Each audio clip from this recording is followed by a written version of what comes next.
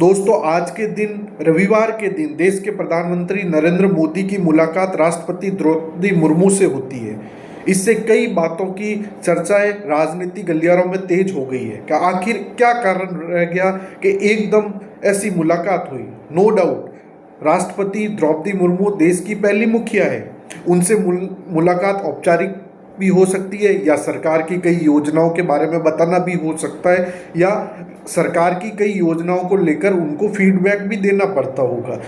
मुलाकात कोई नहीं, लेकिन मुलाकात उस समय जब देश में उपराष्ट्रपति के इलेक्शन है, जब देश के उपराष्ट्रपति जगदीप धनखड़ ने इस्तीफा दिया अपने हेल्थ इशू को लेकर, तब से ये सीट खाली है और विद इन 6 महीनों के अंदर यहाँ पर इलेक्शन करवाना है। तो आखिर ऐसा क्या हुआ या क्या चीज हुई, क्या घटनाक्रम हुआ कि रविवार के दिन अचानक मोदी जी देश के राष्ट्रपति द्रौपदी मुर्मू से मिलने उनके आवास पर पहुंचे। और बताया जा रहा है कि एक औपचारिकता पूर्वक है, लेकिन ये औपचारिक नहीं कह सकते क्योंकि अभी देश के उपराष्ट्रपति के इलेक्शन है। इलेक्शन कमीशन, चुनाव आयोग ने भी ये तैयारी कर रही है कि अभी इलेक्शन है उपराष्ट्रपति के। तो उस हिसाब से नो डाउट बीजेपी के पास में, एनडीए के पास में पूर्ण बहुमत है, उनके पास वोट पूरे हैं कि वो अपना कोई भी कैंडिडेट खड़ा करेगा तो निर्विरोध वो, मतलब कोई भी कैंडिडेट खड़ा करेगा तो वो जीतेगा ही जीतेगा, उपराष्ट्रपति पद पर जाएगा ही। उनके पास इतना संख्या बल है। लेकिन एनडीए गवर्नमेंट या बीजेपी गवर्नमेंट ये नहीं चाहती है कि कोई इनके बीच में विरोध हो, टकराव की स्थिति आए सरकार और विपक्ष के बीच में।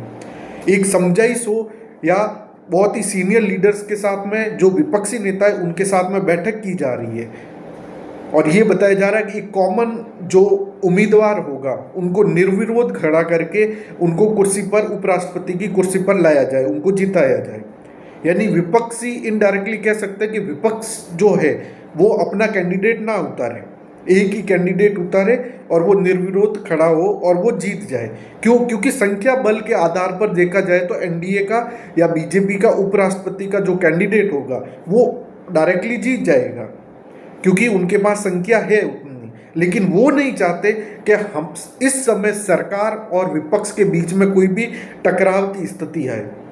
इसलिए ये मुलाकात भी जरूरी थी द्रौपदी मुर्मू राष्ट्रपति से कि क्या कारण हो सकते हैं कि उसमें सबसे बड़ा कारण ये भी हो सकता है कि उपराष्ट्रपति का इलेक्शन है, क्योंकि उपराष्ट्रपति के इलेक्शन के लिए लोकसभा और राज्यसभा इनके सदस्यों की जरूरत होगी, इनके वोटिंग होगी। क्योंकि उपराष्ट्रपति में लोकसभा राज्यसभा के अलावा जो स्टेट असेंबलीज है उनका इलेक्शन में कंट्रीब्यूशन नहीं होता है, उनकी वोट की गिनती नहीं होती है। राष्ट्रपति में सारे स्टेट के वोटों की, असेंबली मेंबर्स जो एमएलएज होते हैं उनकी भी कंट्रीब्यूशन होती है। लेकिन उपराष्ट्रपति में केवल राज्यसभा और लोकसभा के जो सदस्य होते हैं, जो एमपीज होते हैं, उनके द्वारा उपराष्ट्रपति चुना जाता है। और लोकसभा और राज्यसभा में दोनों में ही बीजेपी के पास, या कह सकते हैं कि एनडीए गवर्नमेंट के पास में इतना बहुमत है कि वो अपने दम पर उपराष्ट्रपति कैंडिडेट को जिता सकते हैं, इतने वोट है।